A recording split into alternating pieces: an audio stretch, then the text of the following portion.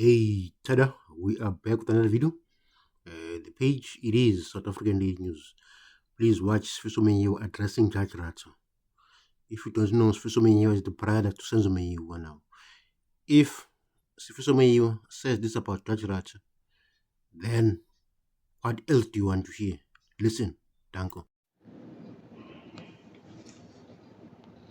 Hayi khona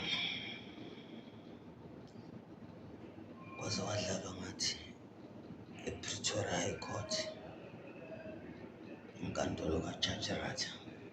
Hayi bedwa kodwa lento yenziwa lapha mahloni senziwe iy'lima sibhekile siyiNingizimu Afrika senziwe iphupho futhi thina sinangqondo lo mbhedo wenziwa lapha ecourt ayihlangani yonke le nto abayihlanganisa lapha ukuthi leli cala livalwa ngani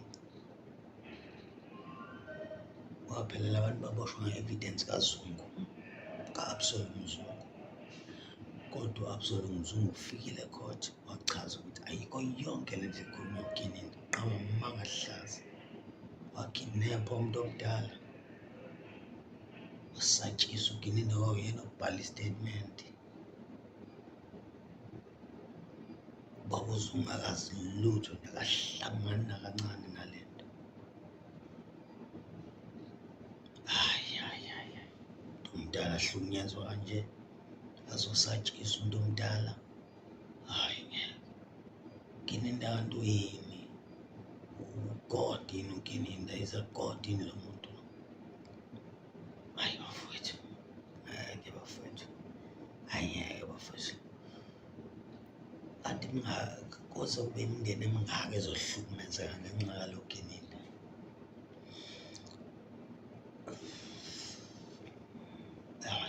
Enough is enough manje kwanele ngeke.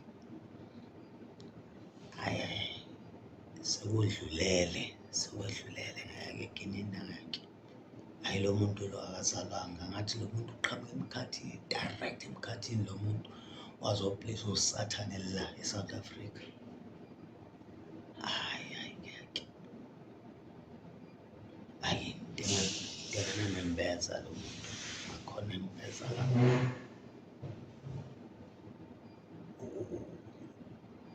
Amanga into esegazini into ekuye aphila ngayo. Hayi bafowethu ngeke. Ubaba uZungu akayazi yonke le nto uyasho enkantolo ukuthi akahlangani nale nto. Abantu baboshwe nge-statement sakhe u-Absolute Mzungu kodwa useshile enkantolo ukuthi akahlangani yonke le nto futhi akasayinanga statement.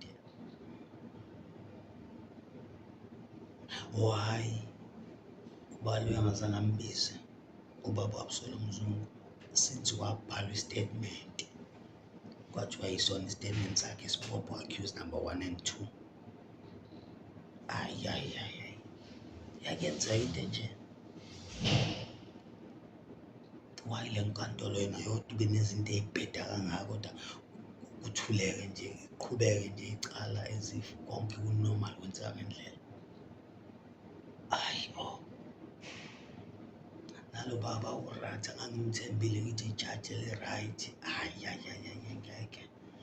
Baningi abantu bekhuluma left and right ngathula nje ngathi ngisambuka lo muntu mhlawumbe ngoba phela ijaji lo muntu ohloniphekile bengiy'tshela ukuthi akulula ijaji lithengeke bethi abantu lithengiwe leli jaji hayi ngeke ijaji hhayi kodwa manje hayi lo baba akalungile akekho right. Lo baba uRatha uze kuleli cala evele esenesinqumo azosikhipha isinqumo sakhe futhi ukugweba labafana kodwa ayikho into abagwebayo kodwa yena usaqinisa ikhanda isinqumo sakhe uyabona wanikezwa waqale waxoxwa before afakwe kule cala ukuthi sifuna ukhipha i-decision ukuthi ubophele abantu ugwebele abantu. Uyabonakala uRatha uyabacindezela abameli be-defense uyabahafa ukhuluma kabi ngabo engathi iy'ngane zakhe. Hayi man Ratha Judge Ratha lo 50 years wakho sitshela ngawo service yona nto kade uyenza yonke le minyaka le. Hayi man, no. Ayiwandi ukuthi umndeni wakho uthini. I'm sure unkosikazi wakho akekho proud of you. I'm sure ingane zakho azikho proud of you, Judge Ratha. Hayi no. Wazobona i-career yakho usumdala kangaka. Hayi, yini le ngaka bakuthembisa yona ukuthi ungaze wenza into ebheda kangaka? Hayi man, no. Noma ugena into yokusebenzisela imithi nawe wakwenza walawulwa uyena, wakhontrolwa uyena. Hayi, yimbi le nto ayenzayo baba. Yimbi. I-defense bisibiza ubaba uZungu kuba lo isiqala uba nenkinga manje. Defense bisibiza uGwabini kuba lo isenenkinga. Gwabini wayibeka yacaca yonke le nto ukuthi uZungu akaze afike endlini yakhe ngo-2014, uze wafika ngo-2017. Yini kanti uRatha ayifunayo manje? Ngoba phela icala seliphelile, ubufakazi ukubopha labafana abusekho, sebuhlakaziwe buphelile. Ugini into uzokwenzani manje court? Uzolungisa amanga? Umuntu mase eqambile amanga kanti kwenzakalani? Kanti ihamba kanjani le nto yale court le? Umthetho kusho ukuthi uyashintshwa manje, ushintshwa uRatha. Ugini into ukhulumile amanga akhe, bafika o-witness bawahlakaza wonke amanga awakhulumile. Yini manje kufanele yenze? Yini afanele azoyicacisa ugini? Into uzocacisana ngoba into abeyihlanganisa iyabheda. Kade ngasho kanti lo muntu isigebengu. Gini into is not a policeman, is a criminal. Yafana nje no-General Sibini, into eyodwa. Wona amaphoyisa igebengu lezi zinto. Hayi no man. No. uGwabini wafika ecourt ezofuna ukukhuluma acacise ngale nto eshiwo uConstable Zungu. Wavinjwa lapho bangidida labantu, Sergeant Mogane noMogola lo wamvimba. Wathi ungangeni ecourt. Hayibo.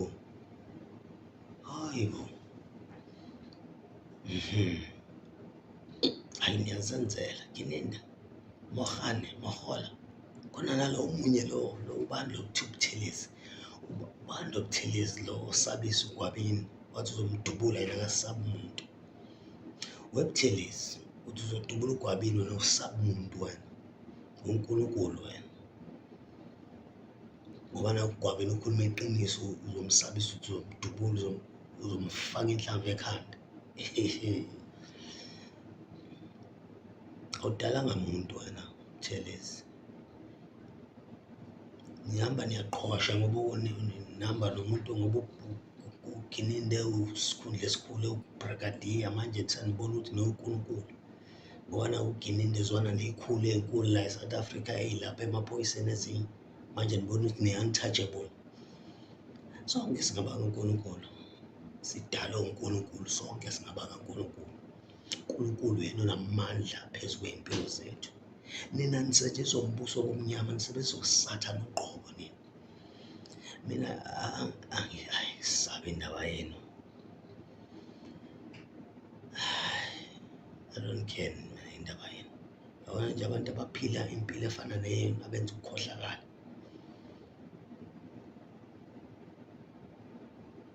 Abasebenzisa ipower ngendlela embi. I don't care mina nalabo bantu. Ngeke nigcine nina. Ngeke nigcine nina. Le nto eniyitshalile nizovuna. Kininda, le nto uyitshalile uzovuna. Awukwazi phela ukuthi ungatshala ungavuni. njengoba utshala le corruption, utshala le nkohlakalo engako uyitshalayo, ngeke ungavuna. Fana ngithi, hhayi ngiyakutshela baba, uzovuna. Awuzovuna out yami, awuzovuna, ngiyakutshela. Yisemhlabeni la, uNkulunkulu odale lo mhlaba. Kuthiwa okutshalile uzokuvuna. Angeke utshala ama-fruit bese uvuna amaveji. Never. Angeke kwenzeka njalo. Uzogcina behind bars, whether uyathanda noma awuthandi, noma unanenkani, uforce uthenga abantu, ubaqambisa amanga, ubanikeze imali, abanye ubacindezele ngoba benamacala, basebenzisane nawe. Kodwa ngekugcina wena, I promise you, ngekugcina wena, you are not a god wena. Mina-ke ngikhonza uNkulunkulu ophilayo. Mina ngikhonza uNkulunkulu lo wadala wena Kininda, wakudala. Ngikhonza yena mina.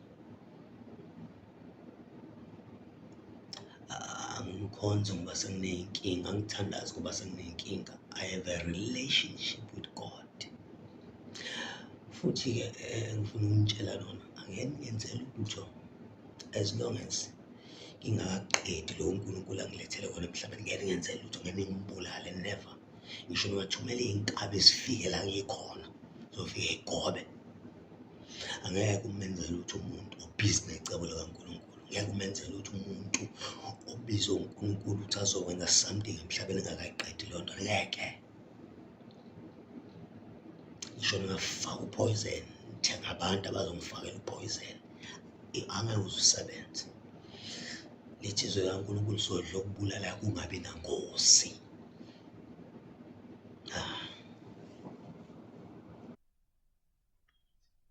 There you have it. Sfiso Meyiwa is not happy with the way Judge Ratha has been handling this case.